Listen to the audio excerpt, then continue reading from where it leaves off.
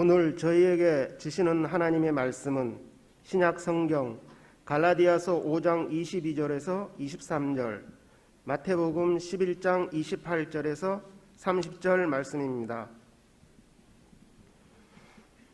이제 들려지는 계시의 말씀 속에서 하나님의 음성을 들으시기 바랍니다. 오직 성령의 열매는 사랑과 희락과 화평과 오래 참음과 자비와 양성과 충성과 온유와 절제니 이 같은 것을 금지할 법이 없느니라. 수고하고 무거운 짐진 자들아 다 내게로 오라. 내가 너희를 쉬게 하리라. 나는 마음이 온유하고 겸손하니 나의 멍에를 메고 내게 배우라.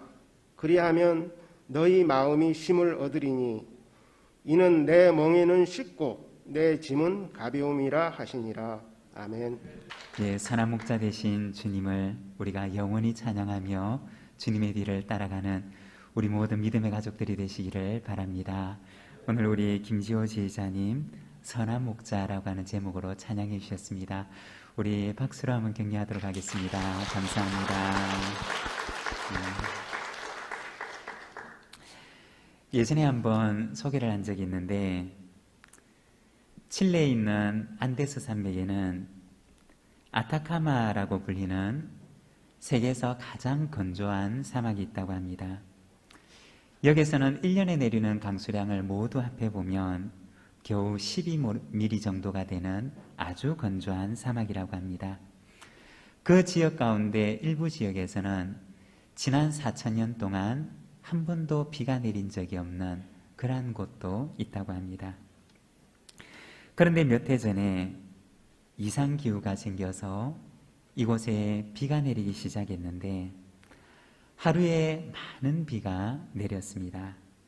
그리고 이곳에 깜짝 놀랄 만한 일이 일어났습니다.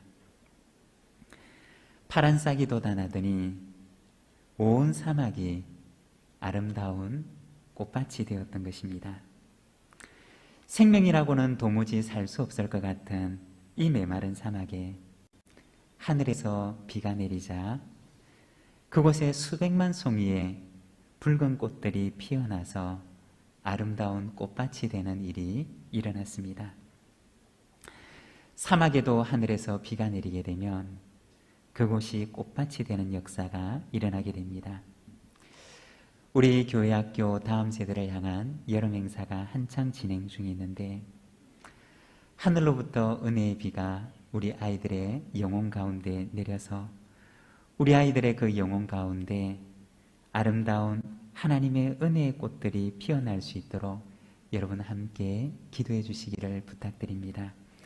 그리고 우리의 심령 가운데도 하늘로부터 은혜가 내리지 않으면, 하늘로부터 비가 내리지 않으면 언젠가는 우리의 마음도 메마른 사막과 같은 곳이 될 수밖에 없다는 것입니다. 그렇지만 메마른 심령이라 할지라도 그곳에 하늘에서 비가 내리게 되면 생명이 싹트고 그곳에 붉은 꽃이 피는 꽃밭이 되는 줄로 믿습니다. 여러분, 우리의 심령 가운데 날마다 하늘로부터 은혜의 비가 내리도록 우리가 은혜의 말씀 앞에 날마다 나아가는 우리 모든 믿음의 가족들이 되시기를 바랍니다. 그리하면 우리의 심령이 하나님의 은혜의 꽃들이 피는 은혜의 꽃밭이 될 줄로 믿습니다. 찬송가 138장에 보면 빈들의 마른 풀같이 시들은 나의 영혼 주님의 약속한 성령 간절히 기다리네. 가물어 메마른 땅에 단비를 내리시듯 성령의 단비를 부어 새 생명 주옵소서. 여러분, 우리의 심령 가운데 하늘로부터 은혜의 비가 내리면 우리 속에도 생명의 꽃들이 피어나게 되는 줄로 믿습니다. 우리의 심령 가운데 하나님의 성령의 은혜를 충만하게 부어주셔서 우리 가운데 새 생명이 넘치게 하는 역사가 일어나게 되기를 간절히 소망합니다. 하늘로부터 비가 내리지 않게 되면 생명이 자랄 수가 없는 것처럼 성령의 열매도 하늘로부터 비가 내리지 않으면 결코 열매 맺을 수가 없는 것입니다. 성령의 열매는 내가 맺는 열매가 아니라 성령의 비가 우리의 심령에 충만히 내릴 때 맺을 수 있는 열매입니다. 우리가 갈라디아서 5장의 말씀을 묵상을 하고 있는데 갈라디아서 5장 22절과 23절 말씀, 우리 암송하시는 분들은 보지 않고 그리고 우리 자막을 보면서 우리 말씀을 같이 한번 읽도록 하겠습니다. 함께 읽겠습니다. 오직 성령의 열매는 사랑과 희락과 화평과 오래 참음과 자비와 양성과 충성과 온유와 절제니 이 같은 것을 금지할 법이 없느니라. 아멘. 여러분, 우리의 심령 가운데 하늘로부터 성령의 비가 충만하게 내려서 내가 맺는 열매가 아니라 성령님께서 내 안에 맺으시는 성령의 열매로 가득한 저와 여러분의 삶이 되기를 원합니다. 우리 속에 성령의 성품이 이루어지는 그러한 은혜 주시기를 소망합니다. 오늘은 우리가 성령의 열매 가운데 8번째 열매인 온유의 열매에 대해서 함께 말씀을 묵상하고자 합니다. 여러분, 온유라고 하는 것은 어떠한 것일까요? 온유의 열매는 어떠한 것일까요? 갈라디아서 5장 23절에 나와 있는 온유라고 하는 것은 원어 성경에서는 프라우테스라고 하는 단어를 사용하는데 이 말은 온유라고 하는 뜻을 가지고 온유라고 하는 뜻을 가지고 있고 또 이것은 부드러움, 친절함, 그리고 겸손함이라고 하는 의미를 가지고 있습니다. 이 온유라고 하는 것은 특별히 우리의 내면 속에만 있는 것이 아니라 온유라고 하는 것은 관계 속에서 나타나는 성품이라는 것입니다. 우리의 내면에 아무도 보이지 않는 곳에 자리 잡고만 있는 것이 아니라 우리가 살아가는 우리의 일상 가운데 우리의 삶 속에 우리의 모든 관계 속에서 바깥으로 나타나는 성품이 온유라는 것입니다. 온유라고 하는 것은 단순한 부드러움과 친절함만이 아니라 또 이 온유라는 것은 잘 훈련되어진 길들여진 야생마 속에서 나타나는 부드러움과 친절함이라고 하는 것입니다. 말이라고 하는 동물은 유약한 동물이 아닙니다. 말이라고 하는 동물은 힘이 없고 연약한 동물이 아닙니다. 그 속에는 엄청난 힘을 가지고 있지만 그러나 훈련되고 길들여진 말은 자신의 힘을 아무렇게나 사용하지 않습니다. 그는 힘이 있지만 그 힘을 어떻게 사용해야 하는지를 알고 있고 그리고 그 힘을 가지고 잘 훈련이 되어서 그는 부드러움과 친절함과 겸손함이라고 하는 태도로 자신의 힘을 나타냅니다. 훈련되지 않은 야생마는 자신의 힘을 주체하지 못해서 그 힘을 아무렇게나 자신의 성미를 따라 사용하지만 훈련된 말은 자신의 감정을 아무렇게나 쏟아내는 것이 아니라 잘 절제함으로 부드러움과 친절함과 겸손한 태도로서 자신의 온유함을 힘을 보이는 것입니다. 오늘은 우리가 성령의 8번째 열매인 온유의 열매에 대해서 마태복음 11장의 말씀을 통해 함께 묵상을 하고 우리 속에도 이와 같은 온유의 성품이라고 하는 열매가 맺히기를 기도하며 하나님 앞에 나아가는 시간이 되기를 소망합니다. 먼저 첫 번째, 이 온유라고 하는 것은 하나님의 성품이며 예수님의 성품이라는 것입니다. 여러분, 온유가 무엇이라고요? 하나님의 성품이고 또한 예수님의 성품이라는 것입니다. 이 온유라고 하는 것은 하나님께 속한 성품이고 또 그것은 예수님께서 우리에게 보여주신 성품이라는 것입니다. 우리가 온유라고 하는 것을 생각할 때 먼저 기억해야 할 것은 이것이 하나님께 속한 성품이라고 하는 사실을 기억해야 합니다. 사무엘하 22장 36절 말씀을 보면 다윗이 사울의 손에서 건짐을 받은 날에 하나님을 찬송하는데 우리 자막을 보면서 같이 한번 읽도록 하겠습니다. 함께 읽겠습니다. 주께서 또 주의 구원의 방패를 내게 주시며 주의 온유함이 나를 크게 하셨나이다. 다윗이 자신을 해하려고 하는 원수들의 손에서, 자신을 해하려고 하는 사울의 손에서 마지막으로 건짐을 받은 그날에 하나님을 찬송하는데 하나님의 온유하심을 찬송합니다. 자신을 여기까지 인도하셨고 여기까지 자신을 붙들어 주셨고 그리고 자신으로 하여금 하나님 앞에 굳건하게 설 수 있도록 인도하셨던 것은 하나님의 온유하신 성품이었다고 이야기를 합니다.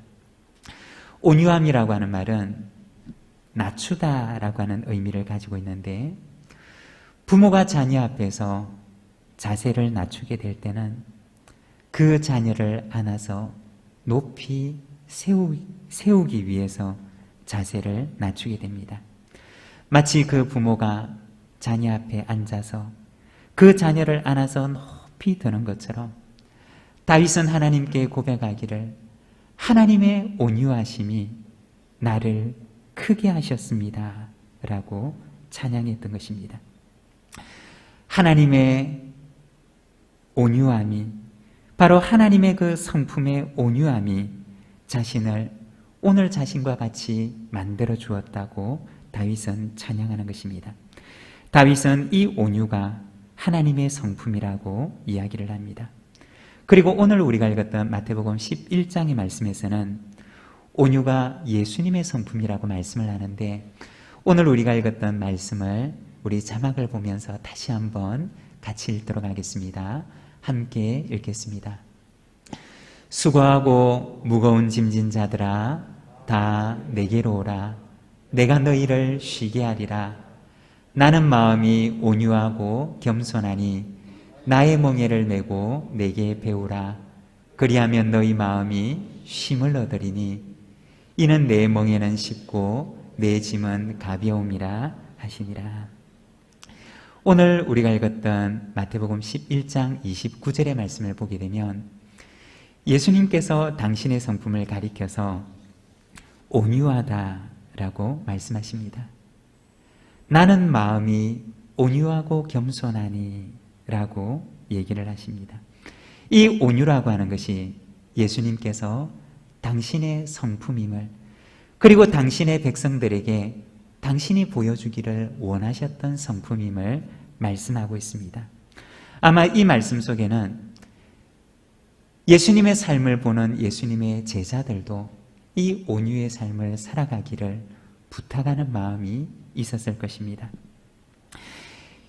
마태복음 20장에 보면 예수님께서 제자들에게 온유의 삶이라고 하는 것이 어떠한 것인지를 보여주시는데 20장 25절에서 28절까지 말씀을 보면 이렇게 말씀을 하십니다. 예수께서 제자들을 불러다가 이르시되 이방인의 집권자들이 그들을 임의로 주관하고 그 고관들이 그들에게 권세를 부리는 줄을 너희가 알거니와 너희 중에는 그렇지 않아야 하나니 너희 중에 누구든지 크고자 하는 자는 너희를 섬기는 자가 되고 너희 중에 누구든지 으뜸이 되고자 하는 자는 너희의 종이 되어야 하리라. 인자가 온 것은 섬김을 받으려 함이 아니라 도리어 섬기려 하고 자기 목숨을 많은 사람의 대속물로 주려 함이니라. 마태복음 20장의 말씀을 보게 되면 예수님께서는 이 온유라고 하는 것이 어떠한 것인지를 제자들에게 말씀하시는데 이방인의 집권자들의 이야기를 하시면서 힘을 잘못 사용하는 사람들에 대한 이야기를 하십니다. 그 힘을 잘 사용하지 못하고 바르게 사용하지 못하고 그 힘을 바르게 사용하지 못하는 세상의 집권자들에 대해서 말씀을 하십니다. 그리고는 제자들에게 말씀하시기를 너희 중에는 그렇지 않아야 할 것이다 라고 얘기를 하셨습니다. 예수님께서는 세상의 힘과 세상의 권세를 바르지 않게 사용하는 것을 원치 않으셨다는 것입니다. 그리고 예수님께서는 힘과 권세를 어떻게 사용해야 하는지를 보여주셨습니다. 예수님께서는 당신에게 있는 힘과 당신의 권세를 어떻게 사용하셨느냐? 종이됨으로 사용하셨고 섬김의 종이됨으로 그 힘을 보여주셨다는 것입니다. 인자가 온 것은, 하나님의 아들이 이 땅에 온 것은 섬김을 받으려 함이 아니라 도리어 섬기려 하고 자기 목숨을 많은 사람들의 대속물로 주기 위해서 이 땅에 온 것이라고 말씀하셨습니다. 예수님께서는 이 온유를 자신을 낮추시고 종처럼 섬김으로써 하나님의 아들의 온유의 권위와 힘이 무엇인지를 보여주셨던 것입니다. 여러분, 힘이 어디에서 나오느냐? 권위가 어디에서 나오느냐? 종이 되어서 섬기는 모습에서 그것이 나온다는 것입니다. 예수님께서는 우리에게 이와 같은 온유의 힘을 보여주셨고 온유의 권위가 무엇인지를 우리에게 보여주셨던 것입니다. 예수님께서 살아가셨던 삶은 온유의 삶이었습니다. 온유가 무엇인지를 이 땅 가운데 보여주셨던 삶이었습니다. 예수님께서 십자가를 지시기 위해서 그 골고다 동산에 오르시는 그 모습을 보게 되면 예수님께서는 당신의 등을 당신을 때리는 자들을 향하여 내어 맡기십니다. 당신의 얼굴을 당신의 수염을 뽑는 자들을 향해서 내어 맡기십니다. 당신의 허리를 당신을 향해 창을 겨누는 자들을 향하여서 내어주셨고 그리고 그 폭력의 자리에서 그 무례함의 자리에서 그들을 위하여 기도하심으로 온유가 무엇인지를 우리에게 보여주셨던 것입니다. 온유는 하나님 안에서 자기를 지키는 힘입니다. 세상의 폭력 앞에서도 그들이 행하는 대로 자신을 내어주지 아니하고 자신을 굳건하게 붙들며 하나님 앞에서 자기를 붙드는 그 힘이 바로 이 온유라고 하는 힘이며 하나님의 아들이 보여주셨던 권위라는 것입니다. 사랑하는 여러분, 저와 여러분의 삶 속에서도 이 온유의 힘과 온유의 권위가 나타나는 삶이 되기를 소망합니다. 우리가 이 세상을 살아가면서 세상이 보여주는 힘과 권위가 아니라 예수님께서 우리에게 보여주셨던 참된 온유의 힘과 권위를 이 세상 가운데 보여주며 살아가는 예수 그리스도의 제자가 된 저희들의 삶이 되기를 소망합니다. 그런데 이와 같은 온유는 인간적인 마음의 수련에서 나오는 것이 아니라는 것입니다. 이러한 온유는 세상에서 그 뿌리를 발견할 수 있는 것이 아니라는 것입니다. 온유는 오직 성령의 도우심으로만 우리에게 맺히는 가능한 열매라는 것입니다. 여러분, 저와 여러분의 삶 가운데 성령의 충만한 은혜의 비가 내려서 우리의 삶 속에도 성령께서 맺으시는 온유의 열매가 맺히기를 간절히 소망합니다. 온유의 힘과 온유의 권위가 우리의 삶 속에도 나타나게 되기를 소망합니다. 그리고 두 번째, 온유라고 하는 것은 사람과의 관계 속에서 나타나는 성품이라는 것입니다. 온유라는 것은 단지 나의 내면, 나의 마음속 어디엔가만 존재하는 것이 아니라 이것은 사람과의 관계 속에서 나타나는 성품이라는 것입니다.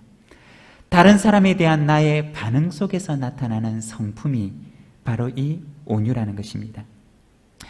많은 경우에 있어서 우리의 행동과 태도라고 하는 것은 다른 사람의 행동에 영향을 받기가 쉽습니다.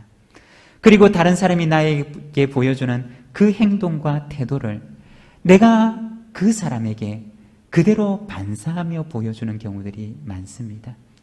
우리가 반사라고 하는 말을 어떤 경우에 사용합니까? 누군가가 무언가를 비출 때 마치 거울처럼 그 행동과 태도와 감정을 그 사람에게 그대로 돌려줄 때 우리가 이 반사라고 하는 말을 사용합니다. 상대방이 나에게 보여주는 그 태도와 행동에 따라서 나도 역시 그 상대방에게 같은 방식으로 혹은 비슷한 방식으로 나의 행동과 태도를 보여주는 것, 이것이 바로 다른 사람의 행동과 태도에 대한 반사의 행동입니다. 나에게 좋게 대하는 사람에게는 나도 좋게 대하고, 나에게 나쁘게 대하는 사람에게는 나도 역시 그렇게 대하는 것, 이것이 우리가 일반적으로 다른 사람을 향해서 보여주는 나의 태도와 행동이라는 것입니다. 다른 사람이 나에게 보여주는 그 행동과 태도가 나의 행동과 태도를 결정하는 것, 이것이 바로 우리가 이 땅 가운데 살아갈 때 일반적으로 우리가 보이게 되는 행동과 태도라는 것입니다. 그렇지만 온유라고 하는 것은 무엇이냐? 상대방이 나에게 보여주는 그 행동과 태도로 인해서 내 행동과 태도를 결정하지 않겠다는 것입니다. 상대방이 나에게 보여주는 것과는 독립적으로 별개로 나의 태도와 행동을 결정하겠다고 하는 자유에 대한 다짐이 이 온유라는 것입니다. 2차 세계대전 당시에 나치의 포로 수용소에서 수감되었던 사람 가운데 빅터 플랭클이라고 하는 사람이 있습니다. 그는 자신이 수용소에서 경험했던 과거의 경험에 대해서 이야기를 하는데, 수용소에 가니 나치 군인들이 자신의 옷을 빼앗아가고 아내를 빼앗아가고 자녀들을 빼앗아가고 손가락에 끼었던 결혼 반지를 빼앗아가고 그 군인들 앞에서 그는 벌거벗은 채로 서 있었다고 합니다. 그러면서 그는 그의 마음속에 되뇌이고 고백하고 다짐하기를, 당신들은 나의 모든 것을 빼앗아갔지만 그러나 당신들이 내가 당신들에게 어떻게 반응해야 하는지를 선택하는 나의 자유는 빼앗을 수 없을 것입니다 라고 얘기를 했다고 합니다. 여러분, 그의 말 속에 담겨있는 이 자유의 의미를 이해하시겠습니까? 그들이 나에게 보여주었던 그 무례한 폭력이 내가 그들에게 보여주는 반응의 자유를 제한하지 못하도록 하겠다는 것입니다. 그들이 나에게 보여줬던 그 행동이 나의 반응을 좌지우지하지 않도록 내가 내 마음을 그들에게 내어주지 않겠다는 것입니다. 골로새서 3장 12절과 14절의 말씀을 보면 사도 바울은 골로새 교인들에게 편지하는데 이렇게 말합니다. 그러므로 너희는 하나님이 택하사 거룩하고 사랑받는 자처럼 긍휼과 자비와 겸손과 온유와 오래 참음을 옷 입고, 누가 누구에게 불만이 있거든 서로 용납하여 피차 용서하되 주께서 너희를 용서하신 것 같이 너희도 그러하고 이 모든 것 위에 사랑을 달아 이는 온전하게 매는 띠니라. 사도 바울이 골로새 교회 교인들에게 편지하는데 그들 가운데도 서로를 향한 불만이 왜 없었겠습니까?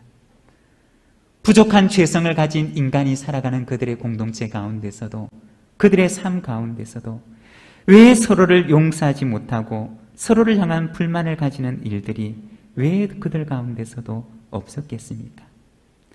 그러나 바울은 그들에게 말하기를, 하나님께서 택하시고 거룩하게 하시고 하나님께서 사랑하신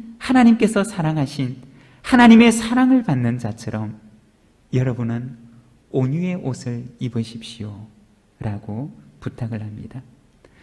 누가 누구에게 불만이 있다면 서로 용납하고 용서하되 주님께서 여러분에게 그렇게 하신 것처럼 여러분도 그렇게 하십시오 라고 당부하는 것입니다. 온유라고 하는 것은 무엇이냐? 내가 받는 대로 상대방에게 돌려주는 것을 말하는 것이 아닙니다. 상대방이 나에게 행했던 그 태도와 행동대로 나도 똑같은 방식으로 그에게 보여주는 것이 온유가 아니라는 것입니다. 온유라고 하는 것은 하나님의 성품을 바라보는 것입니다. 하나님의 성품을 바라보며 하나님께서 나에게 행하신 하나님의 행동과 태도를 바라보며 다른 사람을 향하여서 내 마음을 굳건하게 지키는 것이 온유라는 것입니다. 상대방의 행동에 따라서 나의 행동을 결정하는 것이 아니라 상대방의 행동에 대해서 내 태도와 행동이 좌지우지되는 것이 아니라 하나님의 성품을 바라보며 하나님께서 내게 행하신 일을 보며 내 마음을 굳게 붙들고 지키는 그 힘이 바로 온유라는 것입니다. 여러분, 온유는 힘이 없는 것이 아닙니다. 온유는 유약한 것이 아닙니다. 상대방의 행동에 따라서 내 마음과 행동도 좌지우지되는 그러한 힘이 없는 유약함이 아닙니다. 하나님 앞에서 나를 굳게 붙들 수 있는 그 힘이 온유라는 것입니다. 힘이 있지만 하나님 앞에서 잘 훈련된 힘이고 하나님의 성품을 닮아가고자 하는 힘이 온유라는 것입니다. 사도 바울은 골로새 교인들에게 편지하기를 여러분은 이 온유의 힘을 보여주십시오. 하나님께서 여러분들에게 보여주셨던 그 온유를 여러분은 굳건하게 붙들고 온유의 옷을 입고 행하십시오 라고 부탁했던 것입니다. 사랑하는 여러분, 동일한 부탁을 여러분들에게 드립니다. 동일한 권면을 여러분들에게 드립니다. 예수 그리스도께서 입으셨던 그 온유의 옷을 입고 이 땅 가운데 우리의 삶의 현장에서 살아가시기를 바랍니다. 가정에서, 우리의 일터에서 분노의 옷을 벗고 다툼의 옷을 벗고 시기와 질투의 옷을 벗고 하나님의 자녀다운 온유의 옷을 입고 우리의 삶의 현장에서 행하는 우리 모든 믿음의 가족들이 되시기를 바랍니다. 그리하게 될 때 우리가 살아가는 삶 속에 하나님의 온유의 열매가 맺히게 되는 역사가 일어나게 되는 줄로 믿습니다. 그리고 세 번째, 온유라고 하는 것은 하나님과의 관계 속에서 나타나는 성품이라는 것입니다. 이웃과의 관계 속에서만 나타나는 것이 아니라 하나님과의 관계 속에서도 이 온유라고 하는 성품이 나타나게 되는 것입니다. 그러면 하나님과 관계 속에서 나타나는 온유라고 하는 것은 무엇이냐? 그것은 하나님께서 가라고 말씀하실 때 가고 하나님께서 서라고 말씀하실 때 설 줄 아는 것을 말하는 것입니다. 잘 훈련된 말은 자신의 감정에 따라 움직이지 않습니다. 잘 훈련된 말은 자신의 욕정과 욕망에 따라 움직이지 않습니다.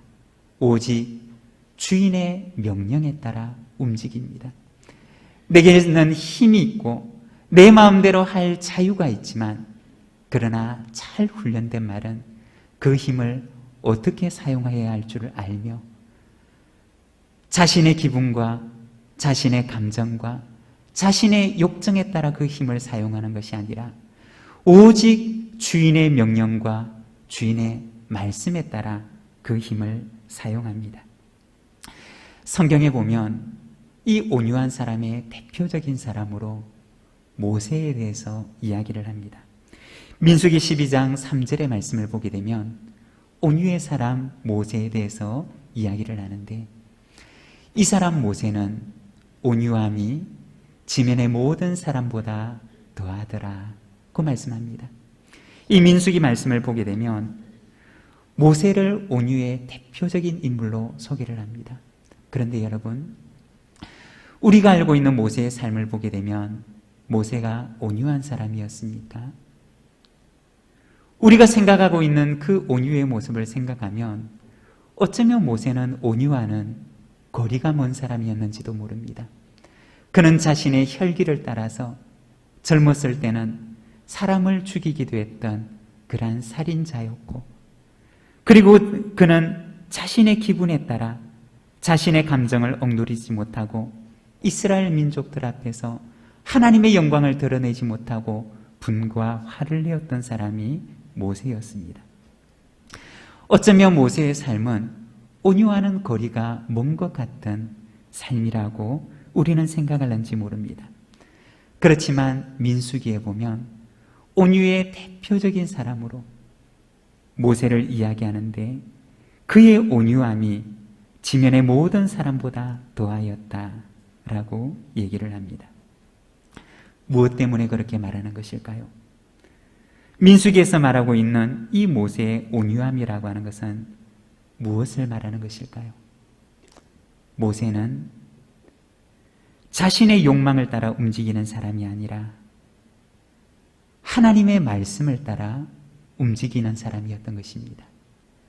하나님께서 말씀하시라고 하면 아무리 위험한 곳이라 할지라도 그곳을 향해 갔고, 하나님께서 말씀하시면 아무리 가고 싶은 곳이라 할지라도 그는 멈추어서는 하나님의 말씀에 따라 움직이는 그러한 사람이었던 것입니다. 자신이 도망쳐 나왔던 애굽을 향하여 하나님께서 가라 말씀하실 때 얼마나 가기가 싫었겠습니까? 애굽의 최고 권력자였던 바로 앞에 서라고 할 때 얼마나 그 앞에 서기가 싫었겠습니까? 그렇지만 하나님께서 말씀하실 때 그는 자신의 부족한 모습을 알고 있었지만, 자신의 연약함을 알고 있었지만 하나님의 말씀에 따라 애굽으로 돌아가고 바로 앞에 절대 권력자 앞에 서게 됩니다. 그리고 광야에서 40년의 세월을 보낼 때도 그는 자신의 기분과 자신의 생각을 따라 움직이지 않고 오직 하나님의 그 구름 기둥과 불 기둥이 인도하는 것을 따라 하나님께서 가자 하시면 가고 서자 하시면 서는 삶을 살아갑니다. 40년의 세월이 지나고 난 뒤에 가나안 땅을 눈앞에 두고서 얼마나 그곳에 들어가고 싶었겠습니까? 그는 하나님께 기도하기를, 하나님 제발 허락해 주셔서 저로 저 가나안 땅에 들어가게 해주십시오 라고 기도하지만 하나님께서 아니다, 너의 사명은 여기까지니 이제 여기에 멈추어 서라 말씀할 때 모세는 그 가나안 땅을 눈앞에 두고서도 하나님 앞에 멈추었습니다. 그는 자신의 욕정대로 행하는 삶이 아니라, 자신의 기분과 생각을 따라 행하는 삶이 아니라 오직 하나님의 말씀만이 그의 행동의 기준이 되었고 하나님의 말씀만이 그의 모든 삶의 지침이 되는 삶을 살아갑니다. 이러한 모세를 가리켜서 민수기에서는 모세의 온유함이 지면의 모든 사람보다 더하였다라고 얘기를 하십니다. 예수님의 삶은 어떠하였습니까? 예수님의 삶도 역시 당신의 욕망과 욕구를 따르는 삶이 아니라 오직 하나님의 뜻과 말씀만이 기준이 되는 삶을 살아갑니다. 십자가에 죽기까지 복종하는 삶을 살아갔던 것이 예수님께서 이 땅에서 보여주셨던 온유의 삶이었던 것입니다. 온유라고 하는 것은 무엇이냐?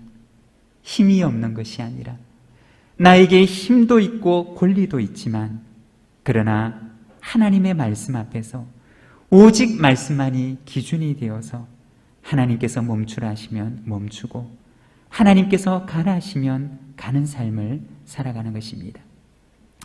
하나님의 말씀을 따라 자기를 이기고 순종하는 힘을 보여주는 것이 바로 온유의 삶이라는 것입니다. 오늘 우리가 읽었던 말씀에 보면 예수님께서 제자들에게 말씀하십니다. 수고하고 무거운 짐진 자들아 다 내게로 오라. 내가 너희를 쉬게 하리라.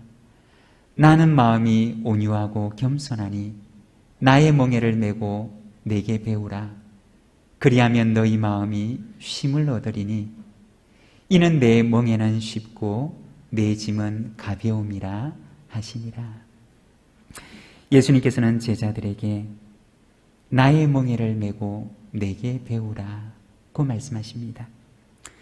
멍에라고 하는 것은 원래 두 마리의 소가 짝을 이루어서 함께 매도록 되어 있는 것입니다. 한쪽에는 경험이 많고 힘센 소가 자리하고 있고 다른 한쪽에는 경험이 적고 힘이 약한 소가 자리합니다. 경험이 많고 힘센 소는 서툴고 약한 소를 데리고 그 멍에를 함께 지고 밭을 갑니다. 그러면 서툴고 약한 소도 경험이 많고 힘센 소와 함께 다니면서 밭을 어떻게 갈아야 하는지를 배우게 됩니다. 그리고 언젠가는 혼자서 그 멍에를 질 수 있을 만한 경험과 힘이 생기게 되는 것입니다. 주님은 우리에게 말씀하십니다. 나는 마음이 온유하고 겸손하니 나의 멍에를 메고 내게 배우라고 말씀하십니다. 우리도 주님과 함께 온유의 멍에를 메고 주님과 동행하다 보면 언젠가 우리 주님께서 이 땅 가운데 보여주셨던 온유로 살아갈 수 있는 온유의 힘이 우리 속에도 생기게 될 것입니다. 주님과 함께 하나님의 밭을 갈며 우리가 살아가는, 우리가 지나온 우리의 삶 가운데 온유의 꽃이 피고 온유의 열매가 맺히게 되는 그날까지 우리도 주님과 함께 온유의 멍에를 지고 행하는 우리 모든 믿음의 가족들이 되시기를 바랍니다. 주님께서는 오늘 우리에게 말씀하십니다. 수고하고 무거운 짐진 자들아 다 내게로 오라. 나는 마음이 온유하고 겸손하니 나의 멍에를 메고 내게 배우라.